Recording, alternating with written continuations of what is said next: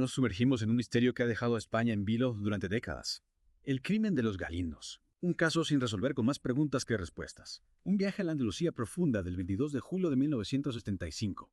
El cortijo de los Galindos, paradas. 5 vidas truncadas brutalmente. Juana Martín Macías y su marido, Manuel Zapata Villanueva. Ramón Parrilla González.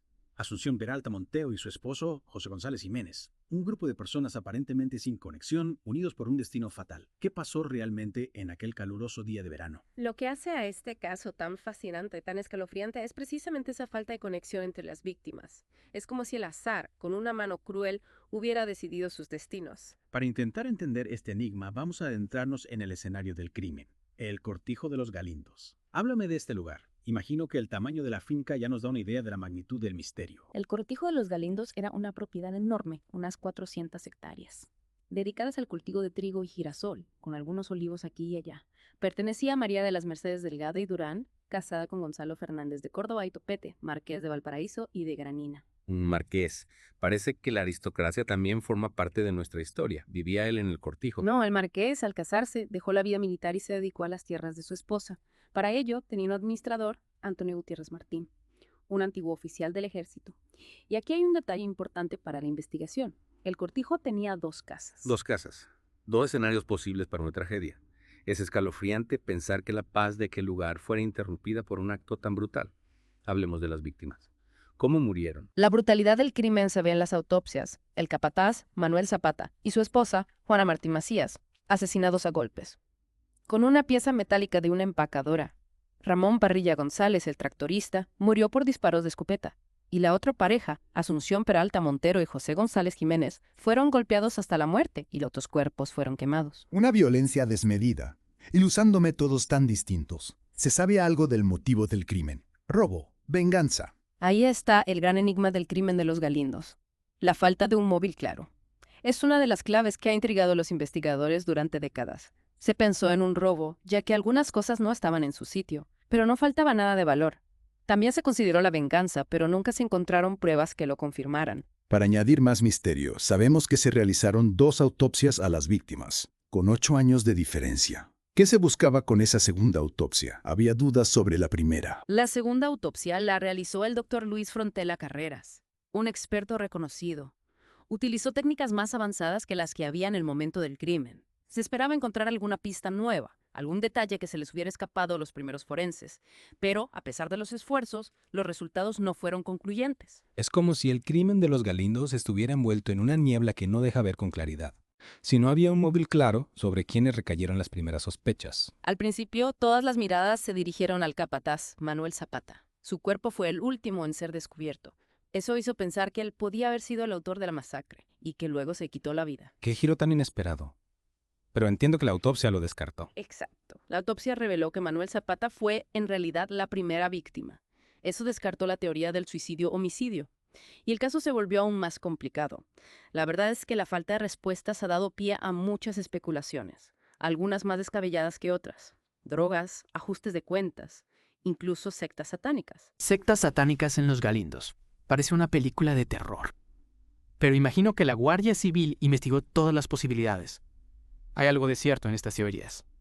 Bueno, empecemos por las drogas. En su momento se pensó que el cortijo podía ser un punto de encuentro para el narcotráfico, un lugar de almacenamiento, y que el crimen fuera un ajuste de cuentas entre bandas. La brutalidad del crimen encajaría con esa idea. Pero, ¿hay alguna prueba que lo respalde?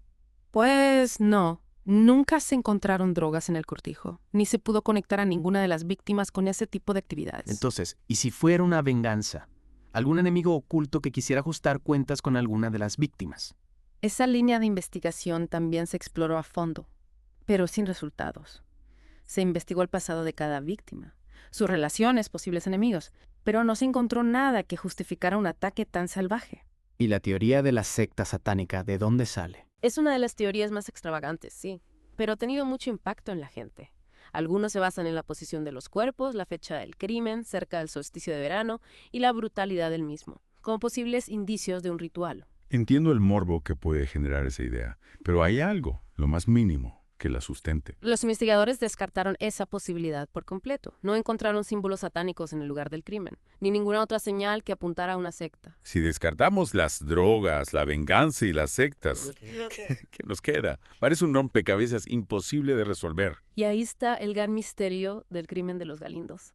La falta de un móvil claro, la ausencia de pruebas, la desaparición del sumario, todo eso crea un vacío que la especulación ha llenado. Hablando de especulaciones, este caso ha inspirado libros, películas e incluso un cómic. ¿Alguno ha conseguido arrojar algo de luz sobre este misterio? Ha habido muchos intentos de reconstruir lo que pasó y encontrar la verdad, cada uno con su propia interpretación. Por ejemplo, Juan Mateo Fernández de Córdoba en su libro El crimen de los Galindos. Toda la verdad, publicado en 2019, dice revelar la identidad del culpable. ¿En serio? ¿Y quién sería el culpable según este autor? No voy a desvelar la sorpresa. Cookie, alguno ya te quiere leer la investigación de Fernández de Córdoba. Lo que sí puedo decir es que sus conclusiones no han convencido a todos los investigadores. Algunos creen que no aporta pruebas suficientes. Entiendo. Mantener el misterio. ¿Y qué hay de las otras obras? Mencionaste una novela, Los Invitados, de Alfonso Grosso, que incluso se adaptó al cine. ¿Qué nos cuentan? Los Invitados es una novela, una visión más literaria del caso. Explora las relaciones entre los personajes y el contexto social de la época. La película, dirigida por Víctor Barrera, con actores como Lola Flores y Amparo Muñoz, sigue la misma línea. Se centra en el drama humano más que en resolver el crimen. Es fascinante cómo un mismo suceso puede inspirar tantas visiones diferentes. Y el cómic aporta algo nuevo. El cómic Los Galindos. La muerte llegó al cortijo. Es una versión gráfica del caso con un estilo muy particular.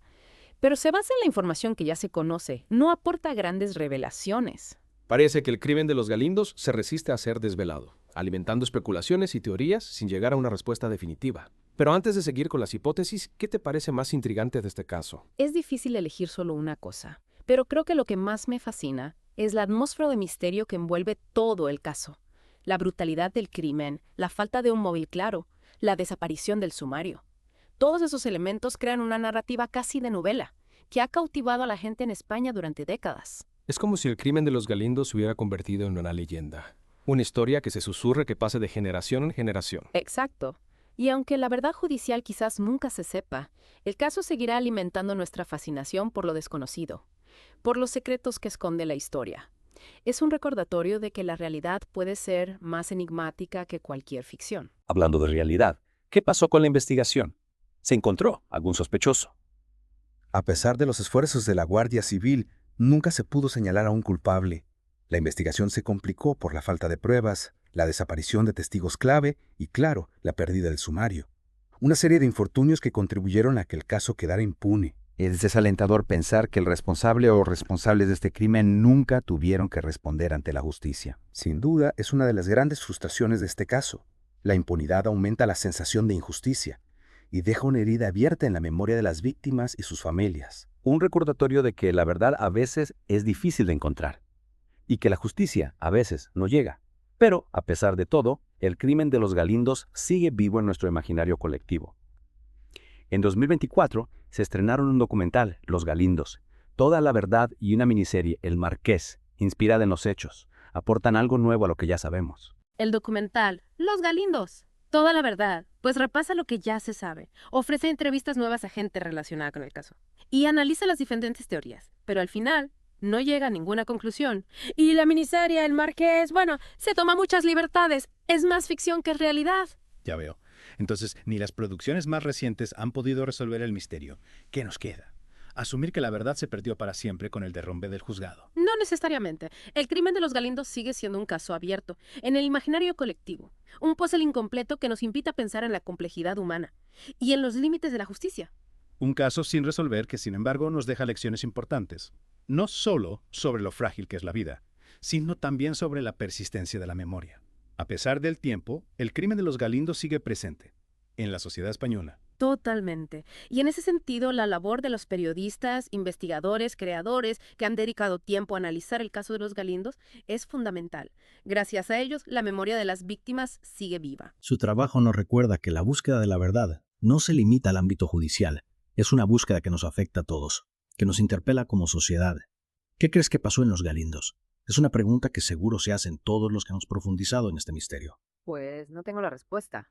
Pero la historia del crimen de los Galindos nos invita a hacer nuestras propias hipótesis, a analizar las pruebas, a sacar nuestras propias conclusiones. Quizás la verdad absoluta sea inalcanzable, pero el camino que recorremos para buscarla ya es enriquecedor. Una reflexión muy acertada. ¿Te gustaría añadir algo más antes de terminar? Simplemente animar a nuestros oyentes a que no olviden el crimen de los Galindos, a que sigan investigando, a que sigan preguntando, a que no pierdan la esperanza de que algún día quizás la verdad salga a la luz. Un mensaje importante para un caso que nos ha cautivado e intrigado. Gracias por acompañarnos en esta inmersión en el crimen de los Galindos. Y a ti que nos escuchas te invitamos a seguir explorando este caso y compartir tus propias reflexiones. Recuerda, la verdad puede estar oculta, pero buscarla es un viaje apasionante. El eco de los crímenes de los Galindos sigue resonando en el silencio de aquel cortijo andaluz. Y hasta aquí nuestra inmersión de hoy.